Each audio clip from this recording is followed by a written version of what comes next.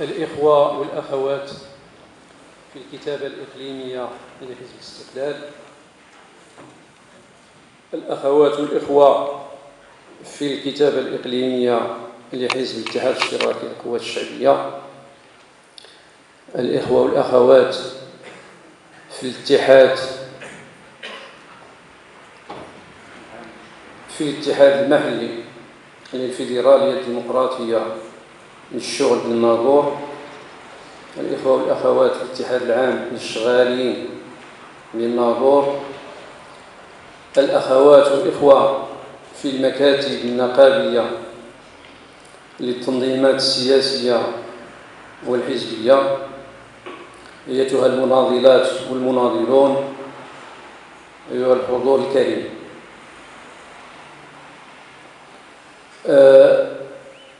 نجتمع اليوم في هذا المهرجان الخطابي الأول من نوعه خلال هذا الدخول السياسي والاجتماعي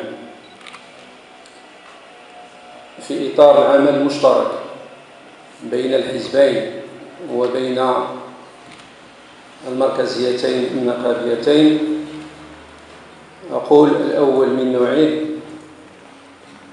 وطنيا وجهويا وإقليميا.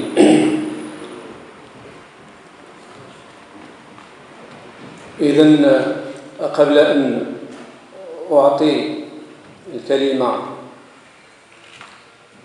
للإخوة في الهيئتين السياسيتين الحزبيتين والنقابيتين، لا بأس من التذكير بالسياق العام وبالأهداف والرهانات والأبعاد الأساسية لهذا المهرجان الخطابي ولكل الأنشطة ربما النضالية المرتقبة في إطار هذا العمل المشترك. باختصار شديد، كما نعلم يأتي هذا المهرجان الخطابي الجماهيري المشترك بين الحزبين والنقابتين بعد تجديد القيادة الإقليمية للاتحاد الاشتراكي وانتخاب كتابة إقليمية جديدة عازمة على إعطاء نفس جديد للعمل السياسي بالإقليم بشراكة وتنسيق بطبيعة الحال مع حلفائنا وبصفة خاصة الإخوة في حزب الاستقلال وفي الاتحاد العام للشغالين بالمغرب. بسم الله الرحمن الرحيم. لي الشرف الكبير أن أتولى قراءة الكلمة الكتابة الإقليمية للاتحاد الاشتراكي للقوات الشعبية، دعما لجميع الجهود المطلقة التي تقوم بها الهيئتين السياسيتين والهيئتين النقابيتين، الاتحاد العام للشغالين بالمغرب والفيدرالية الديمقراطية للشغل، والحزبين العتيدين، حزب الاتحاد الاشتراكي للقوات الشعبية وحزب الاستقلال. بسم الله الرحمن الرحيم. الأخوات الإخوة الأفاضل، تحية نضالية وبعد. إن الساحة السياسية في البلاد بدأت في الأعوام الأخيرة تعرف احتقانا يتزايد سنة بعد أخرى جراء صمود الأحزاب الوطنية والتقدمية في وجه السياسات الحكومية اللاشعبية التي دأبت على النهج اليومي للقوات المستضعفين من أبناء وطننا والإجهاز المتواصل على المكتسبات التي ناضلت من أجلها الطبقة العاملة، موظفين وعمال ومستخدمين لسنين خلت. أيها الإخوة والأخوات الأفاضل، إن معاداة الحكومة لحقوق ومكتسبات الشغيلة المغربية وتعنتها في تهميش الفاعلين الاجتماعيين وفظاعة هجمتها الشرسة على القدرة الشرائية لكافة المأجورين والطبقات الفقيرة ساهمت في تأزيم الوضع الاجتماعي المتردي الذي تتحمل فيه الحكومة اليوم المسؤولية لوحدها. إن سوء تعاطي الحكومة اليوم مع أهم الملفات الاجتماعية والإجهاز على الحقوق والمكتسبات التي ورثتها الشغيلة على عهد الحكومة التناوب، وخضوع الحكومة لإملاءات صناديق الاقتراع كتلميذ نجيب يجد في جيوب مواطنيه الصورة القصير كخير مفتدى لالتزامات مديونية أغرقت الوطن في لجة عميقة يستنجد فيها الغرق بغريق لا حول له ولا قوة. وأن التراجع والنكوص الخطيرين سواء على مستوى التزاماتها أي الحكومة في البرامج الدعائية أمام المواطنين على عهد حملاتها الانتخابية أو على مستوى تصاريحها خلال تقديمها لميزانيتها العامة، كل هذا يندل بافتتاح موسم سياسي محتقن. إن إضراب 23 من الشهر الجاري أو الدعوة إلى إضراب 23 من الشهر الجاري هو ناقوس الإنذار للتهيئ لمحطات نضالية أخرى في الطريق لثني الحكومة على مخططاتها الإجهازية التي ما فتئت تتفنن في أجراءاتها دون حسيب أو رقيب. لقد أرغمت الحكومة الشعب المغربي ودفعته للخروج إلى الشارع ليحتج على محاولة الحكومة لتحميل الموظفين والموظفات أزمة ملف التقاعد الناجمة أساساً على سوء تدبير الصندوق المغربي للتقاعد ولفرض نظام جديد يمعن في ضرب القدرة الشرائية للموظفين عموماً. بسم الله الرحمن الرحيم، والصلاة والسلام على أشرف المرسلين سيدنا محمد وعلى آله وصحبه. الإخوة، الكاتب الإقليمي للاتحاد الاشتراكي والنائب البرلماني دائرة الناظور السي محمد البركان،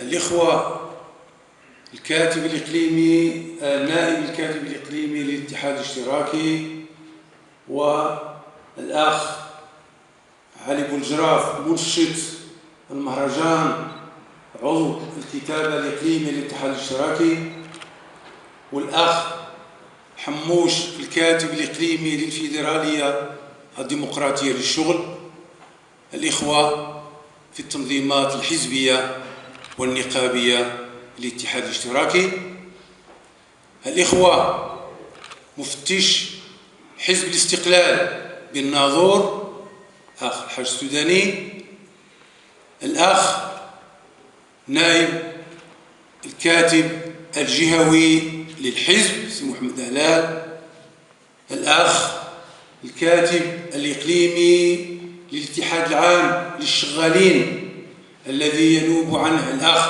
أحمد منيب النائب الأول للكتابة الإقليمية للاتحاد العام للشغالين، الإخوة في التنظيمات الحزبية والنقابية لحزب الاستقلال والاتحاد العام للشغالين، أيتها الأخوات، أيها الإخوة الحضور الكريم، السلام عليكم ورحمة الله. لا داعي لأكرر الإطار الذي يندرج فيه هذا اللقاء أو هذا المهرجان الخطابي التنسيقي بين حزبي الاتحاد الاشتراكي وحزب الاستقلال، وبين المركزيتين النقابيتين الاتحاد العام للشغالين والفيدرالية الديمقراطية للشغل، بعد استنفاد كل السبل ونفاذ صبر الفاعلين السياسيين والفرقاء الاجتماعيين تجاه هذه الحكومة، حكومة بن كيران التي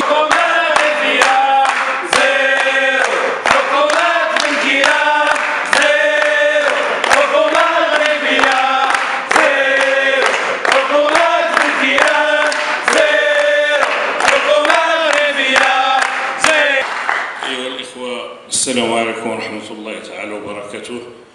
أحمد منيب نائب الأول الكاتب الإقليمي للاتحاد العام للشغالين بالمغرب الناظور، الأخ حموس، وكان باغي يحضر اليوم ولكن مريض شفاه الله وكيعتذر لكم وكيعطى ماشي إخلال هذا بواجب نضالي ولكن الضرورة أحكام. إذا الإخوة السلام عليكم. أنا فرحان اليوم علاش؟ لأنه كنشم الرائحة ديال الكتلة والرجوع إلى الزمن الجميل، ولكن الكتلة كنستحضروا هنايا الرجال الوطنيين من طينة السي عبد الرحمن اليوسفي المجاهد الكبير والمناضل العنيد الأستاذ محمد بوستا اللي معروفين بالمواقف ديالهم الوطنيه اللي كتب عليهم التاريخ بمداد الفخر، ولا غادي يتذكروها حتى الاحفاد ديالنا، لانه خصنا اخوان نعرفوا شكون هما هذوك الناس وخصنا نمشيو على الدرب ديالهم، لانه كما يقال عندما ملي جا الاستقلال كانوا بعض المجاهدين تم الاعتقال ديالهم بينهم السي عبد الرحمن اليوسفي، وجا الفقيه العربي قال لي باش يذكرني بالسميه السي العلوي، مشى عند المرحوم المغفور له محمد الخامس قال لي بالحرف: لا خير في وطن يعتقل محرريه. ومشى جلاله المغفور له محمد الخامس وحيد القيود بيديه من ايادي المجاهدين، وكان بينهم الأستاذ عبد الرحمن اليوسف. هذا تاريخ كنستحضروه، وما نساوش السي محمد بوستا عندما نودي عليه للقصر لتأسيس الحكومة وطلب منه أن يكون على رأسها، كان ترحموا عليه قال لكم تكون بخير، واخا ما دارش في الشعب شي حاجه يذكر عليه بخير وهو إدريس البصري. وكان الرد ديال الاستاذ محمد بوستا وجمع الناس في مسرح محمد الخامس بالرباط وقال لا والف لا، مع انه تعطاته ضمانات رجل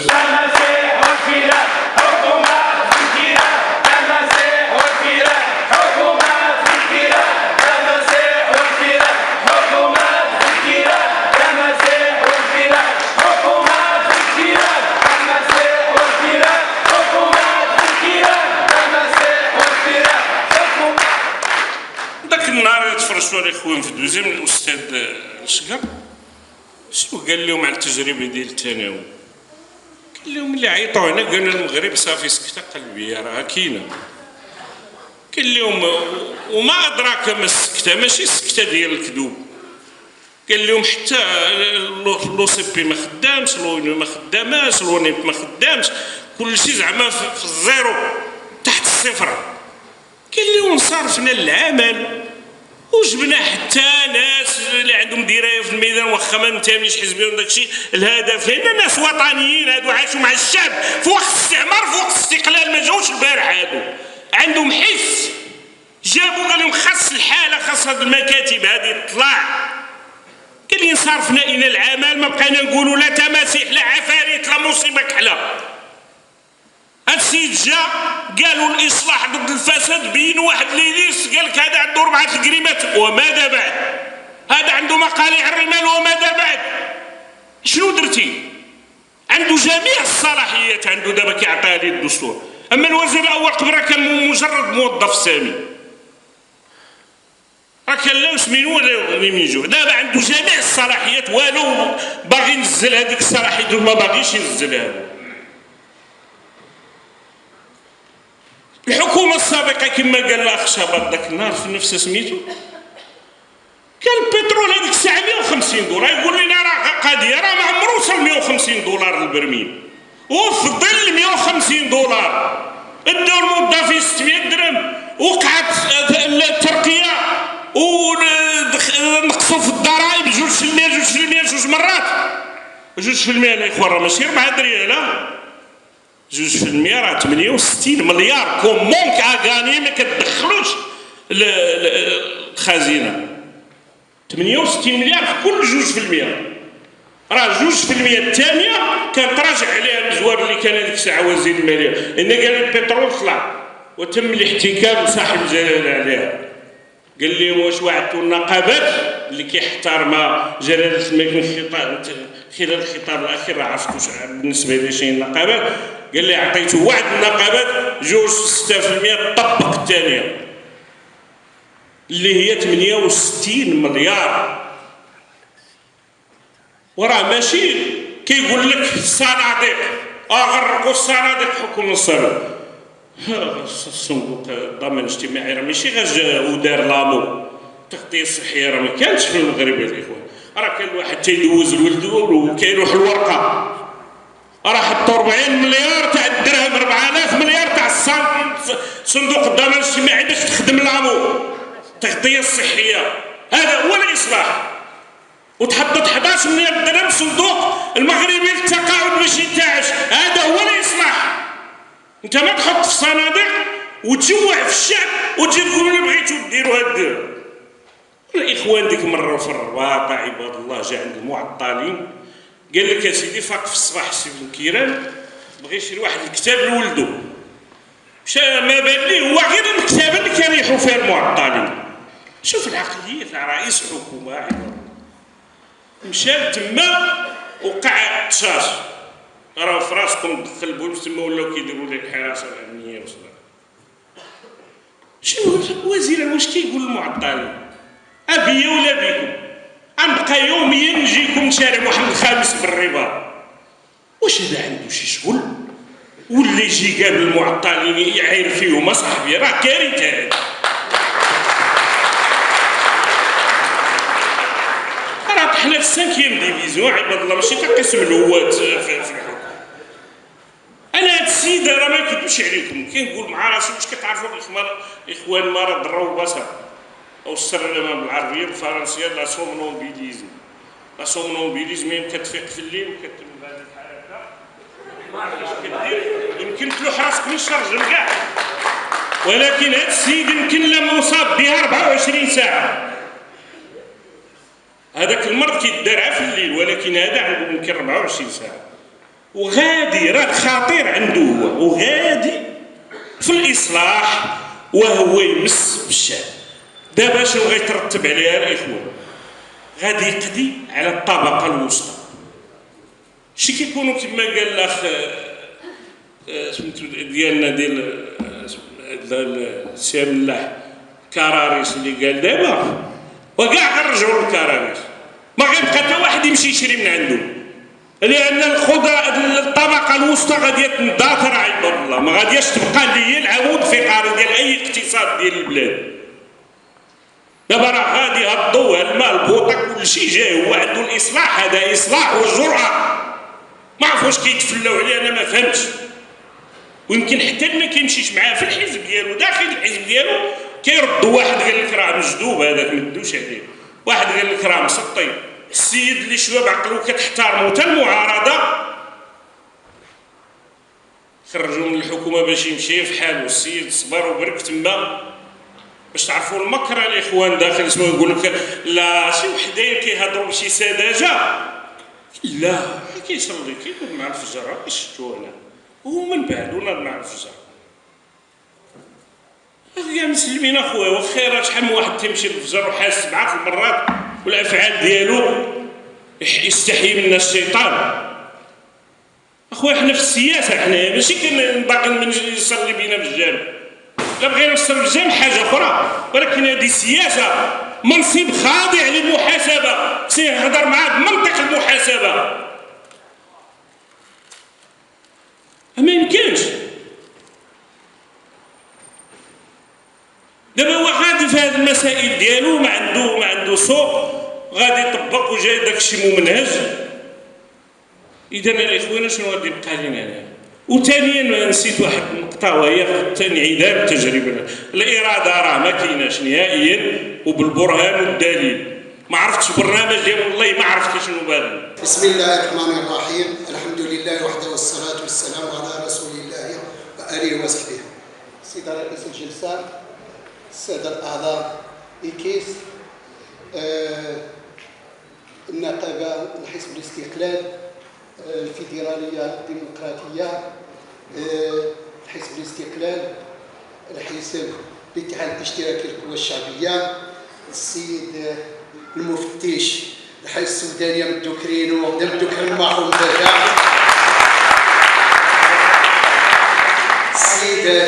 الساده الحضور اللي في هذه القاعه، الساده الصحفيين المحليين والوطنيه، تشكرني والتصويت اللي درست الحضور نوم هذا هو ميني، لان سبقنا الاخوان ان نكون شيء، ولكن هذا هو ميني الحكومه السابقه الحكومه الحاليه. الحكومه السابقه رميتها فتح الله والعلوم وزير الماليه توغا يفادني 27 مليار دولار ديني وماوس استهوتت 7 مليار دولار. رمي غادح الحكومه الحاليه رخو سيوضنطات 24 مليار دولار و700 وشي قريب 25 مليار دولار. ولكن الحكومه الحاليه رمي تغادر المعارضه تغمر تحكيسن ثيم غادي تواكل فونارا الحجاب ورنت كينت الحجاب رخو ثيم غاري الشباب يروح نتاذني توكل فونارا نيكس نتاع الفونارا الناس الشين والنشاب الحكومه الحاليه السيبكيه، لان هذا هو ميليا، لان انا الحكومه السابقه حكومه التنور توغا بترونا من الاخوان 145 دولار 150 دولار توغا نتقيت 7 دراهم 7 ونص رخو 102 دولار أكثر 102 دولار 109 105 نتقيت 29 دولار فرنك. أنا غايني توغا يبنان باش خداما يوذان يمزيانا 10 فرنك مصوص 20 فرنك باش واديري بالتجاره المتجوله نغيم تنمار ما يمي تواد خداسن اني بنان 24 ديال 100 قاعد نتغادر 30 ديال 100. انا غواما توغادحت تسيد ثمن سجن الثمن المناسب عني ناس فوق تعني ناس رخو انا غاد جاليه المغربيه توتوقعن تكساسن ديلارا ديال الطياره نغديكم انا في اوروبا واتغي من ديال الميريا واتغي من ديال المطارات غانغ المغرب النهار يتكسس ديلارا 6 غران خمي غير حدينيه ايتا اتلانتا اسبانيا نيتا الطياره الاردن نيغ كرواتيا تمسارا سته مشاو توبيس المعنى